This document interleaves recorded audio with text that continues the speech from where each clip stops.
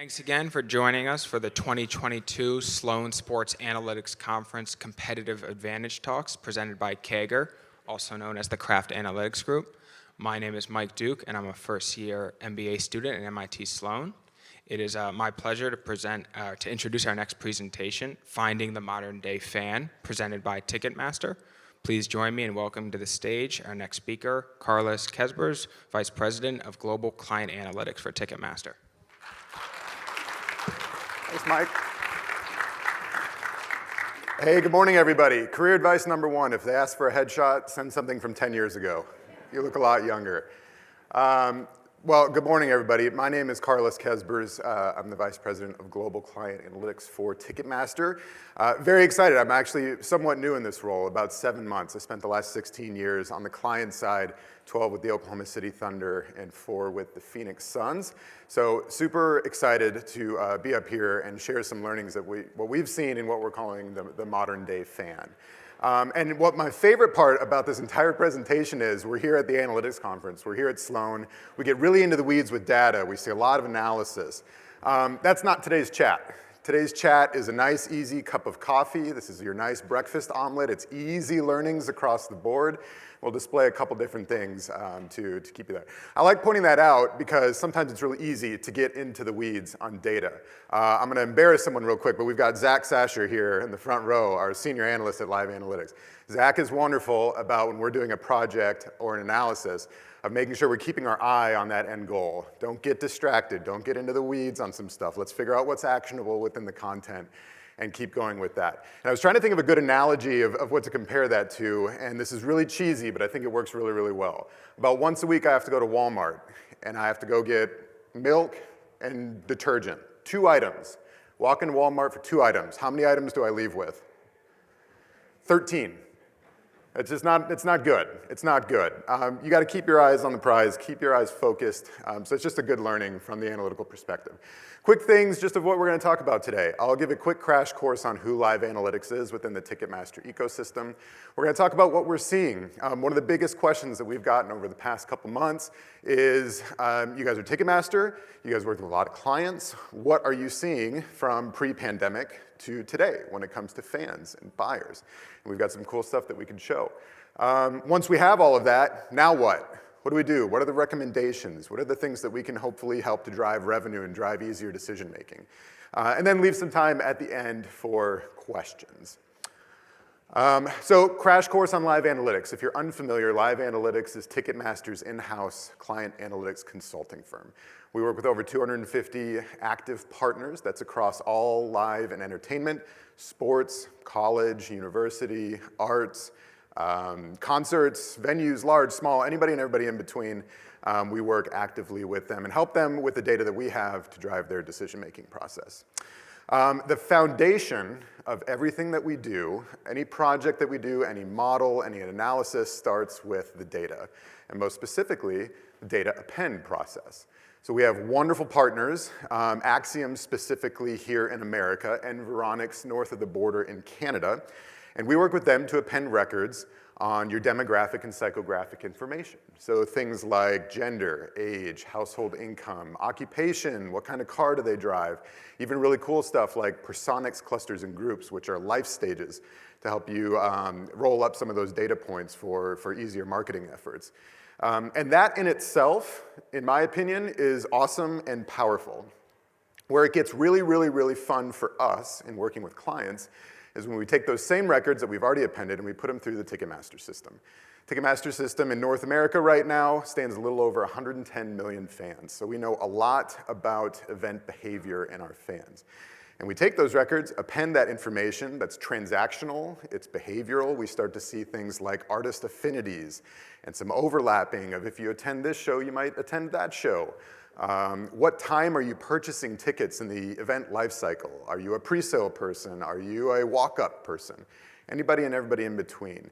So it gives us a really good base to do some analysis, do these models, do these projects, and provide back really, really helpful insight on audiences on the high level, but also on that record level too. So let's rip the Band-Aid off. Let's go right to the end. Here are the learnings. This is it. The modern day fan is younger.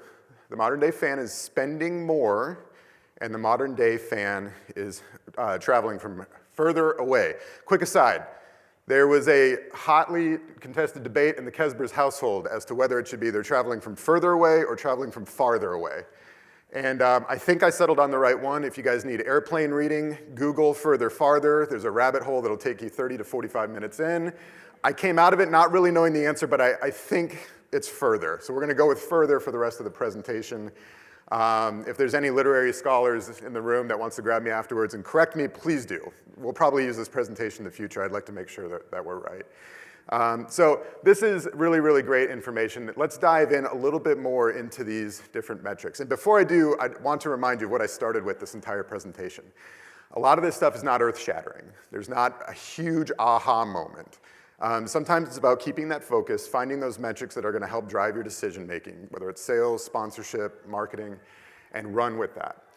So the first one we're going to point out, and I'll highlight just a couple metrics that we pulled from a few of our clients. One of our clients, we saw the trend towards a younger fan with the proportion of 18 to 24-year-olds in their new-to-file database being almost 50% higher than traditional fans. So that's a little bit of a mouthful. I apologize for that, but hopefully it gets the point across.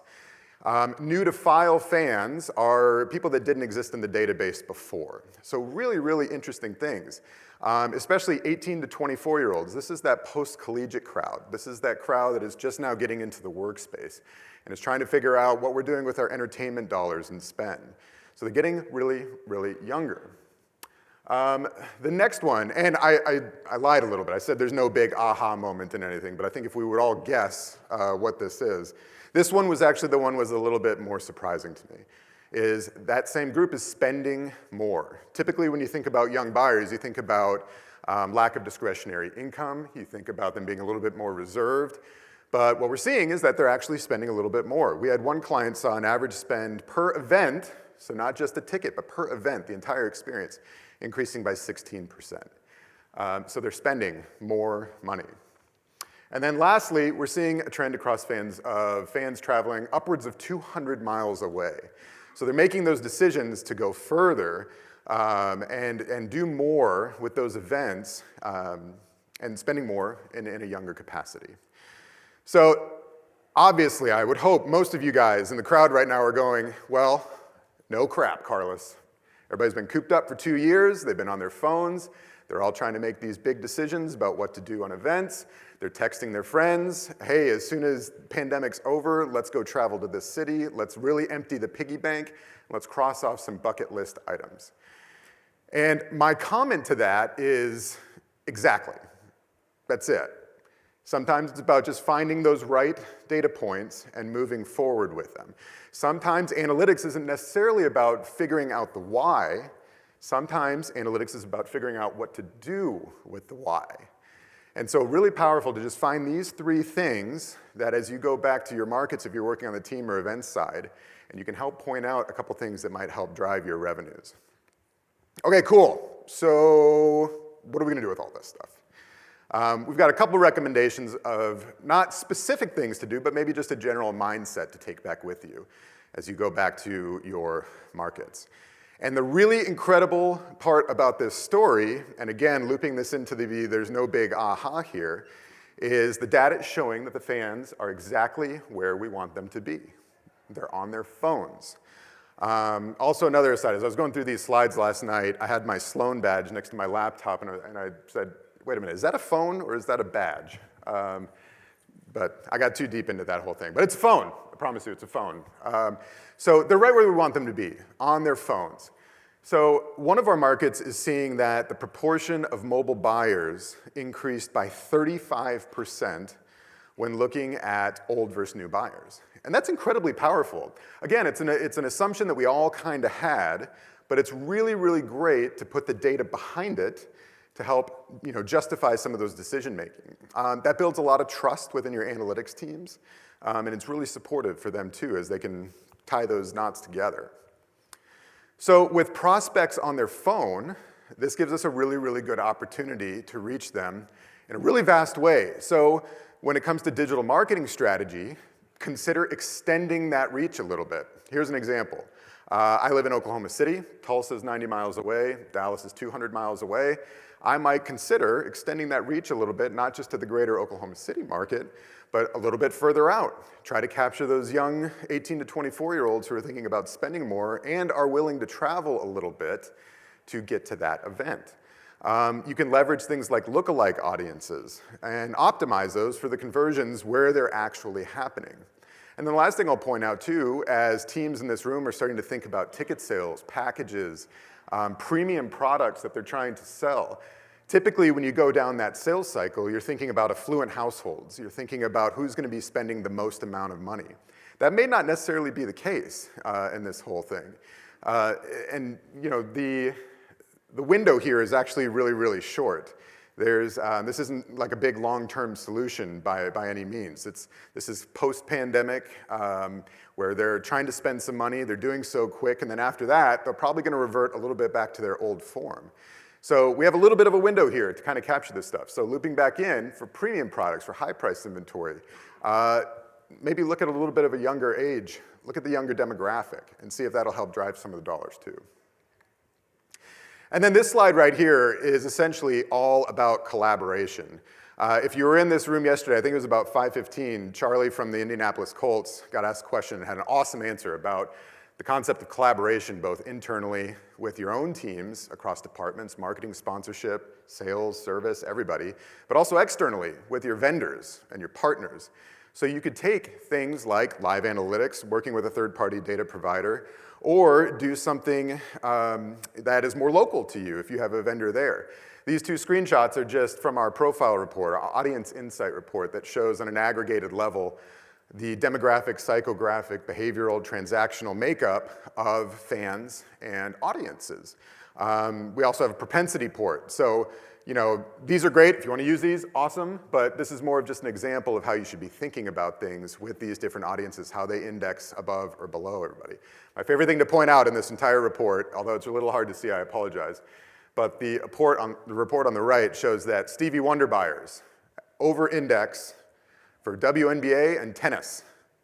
It's awesome. You would have never thought that. So it's really, really cool when you get into the data on that kind of stuff to see some of those learnings. End of story, guys. The modern day fan is currently sitting on their couch, texting with their friends, talking about what to do. And if you can do things right, give them the right message at the right time, for the right event, you're going to be able to capture them. And when they come to your event, you're going to notice they're probably a little bit younger. They're probably sitting a little bit closer to the floor or to the ice than you thought. And they're probably traveling from further away. So thank you very much for your time, and I would love to answer any questions that you guys have.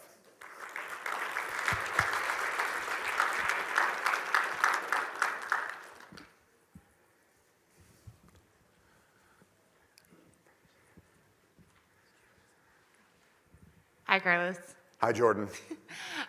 So we've all seen in the past year the rise of mobile ticketing, right? We get to see who's coming into the stadium at a singular level now instead of just knowing that I brought 4 friends to the event with me. How do you see that impacting what you are getting at live analytics and being able to append? Have these younger fans been coming and now we're just being able to identify them? Do we see this trend growing and being able to truly capitalize on how mobile ticketing has individualized our fans at that level? Great question. Thank you, Jordan. I would tell you that Ticketmaster specifically, with rotating barcodes, safe ticks, has allowed us to better understand the chain of custody when it comes to ticketing. So the person that buys the ticket, who then sends it to a friend, who then can't go, who forwards it to their friend, who then can't go, then resells it on a marketplace, we now understand each of those steps in the process. What's powerful about that is once we understand who is in each one of those buckets, we can then take a look at their demographic profile, their makeup and everything. I would tell you, I don't think we're all the way there yet when it comes to understanding who exactly is in the building, those 4 people, but boy, are we getting close, and that's really, really exciting. And I would tell you that yes, a lot of the data is showing that the people that are buying those tickets are sending them to their friends and they're coming, and it's looking really, really similar. Exciting times ahead, and I'm glad that we're kind of laying the foundation of that research so that we can capitalize on it pretty quickly.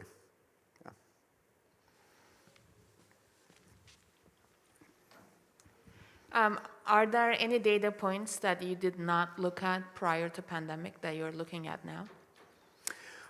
Okay, great question. We had a return to live scoring system that we had in place that looked at people's level of comfortability when it comes to going back to events. So once the pandemic started, to answer your question kind of in a little bit of an opposite way, we started looking at those data points specifically. So that measured, market to market, team to team. If someone had a really excited level to come back, like they'll come back regardless. If they're really, really reserved. As we all know, data within the pandemic changed quickly. We saw that, we're unable to grab some of that vaccination status data as well too. So that was probably the most specific one that we looked at in particular. But we really kind of made sure we're keeping track of the same type of stuff going through there. Yeah. Maybe a roundabout way to say, no, there weren't any new ones that we have, but we pivoted really quickly once the pandemic started. Yeah.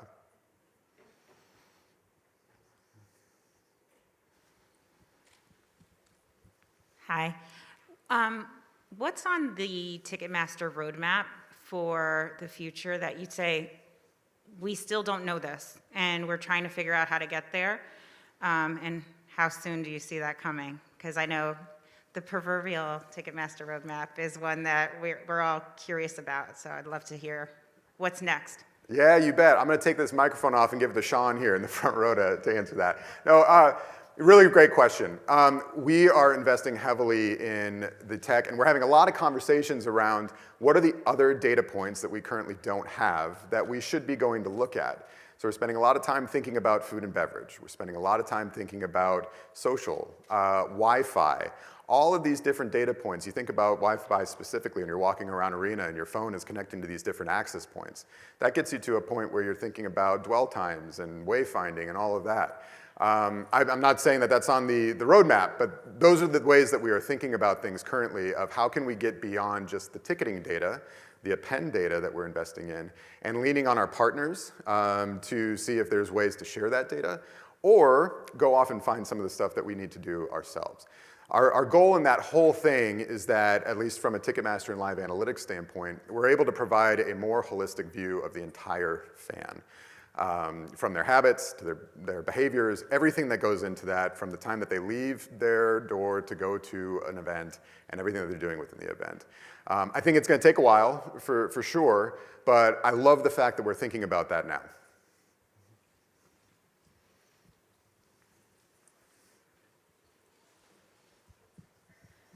In terms of the younger fan that you were talking about who spends more, how much of it do you think is related to the vacation mentality of being willing to spend more because you're further away and like going on a trip versus how much do you think is I genuinely am willing to spend more locally as well? I think it's both.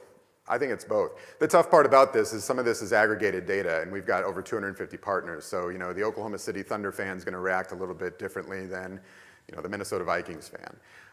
But I think in both scenarios, both are true. We just have to do the best that we can with the data that we have to make an educated guess on the decision and hope it pans out. I'm a huge proponent of process over results.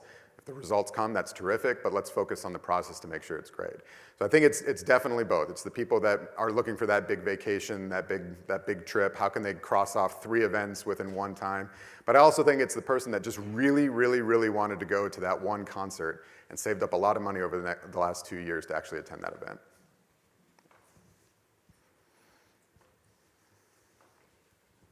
Hi, yeah, thank you for this. In terms of looking at connectivity between maybe media behaviors and attending live events, is that something that you guys look at? Yeah, wonderful question, and an extension of actually just what we talked about before.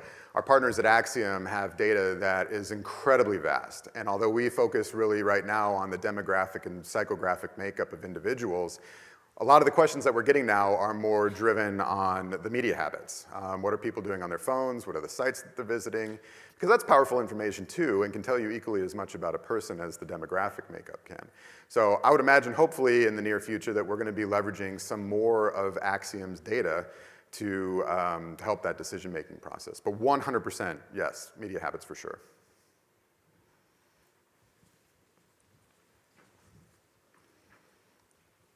Sean, I haven't committed to too much on the roadmap, have I? We're good? Okay, all right. Just give me like one of these or something if I need to calm down.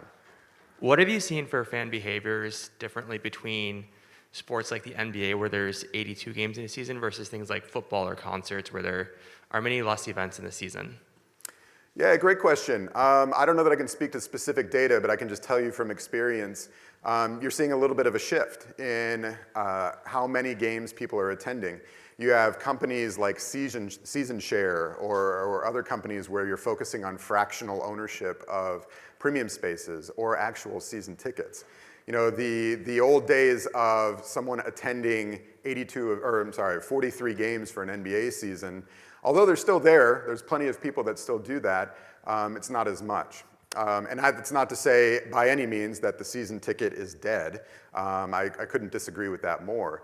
But it's about being smarter with the utilization when it comes to that. And these technology partners that are coming out have really helped to make that an efficient process. Whether it's donating it to charity, whether it's forwarding to a friend, whether it's reselling, and then while you're reselling, going through that process of posting a ticket, actually getting real-time metrics about the amount that it's reselling for within a section or for the game to help sell that quicker. That's driving attendance up. It's making renewals higher as they can utilize tickets more and more and more. So obviously, the less amount of games, the more likely you are to attend. But the tools that are in place are driving utilization for that. Was there one more question over here? Yeah, I had a question about the analysis you did in terms of people 18 to 24 spending 16% more. Like, how does that compare to other demographics? Like, does that control for the average increase in spend over time just due to rising ticket prices and inflation and things like that? And are you seeing any age groups where spend's actually going down? Yeah, another good question. So in those two scenarios, there were different markets, different clients, so not necessarily apples to apples. But what I think might help answer the question, when we look at transactional behavior within the Ticketmaster database, we're looking at the past 3 years' purchasing history of each individual within the database. And that's 3 years since their last purchase. So if I purchased a ticket to a Celtics game today, we're going to be looking at my last 3 years, 2020, 2021, 2022. Whereas if you purchased your last ticket in 2019, we're going to look at 17, 18, and 19. So the most recent behavior.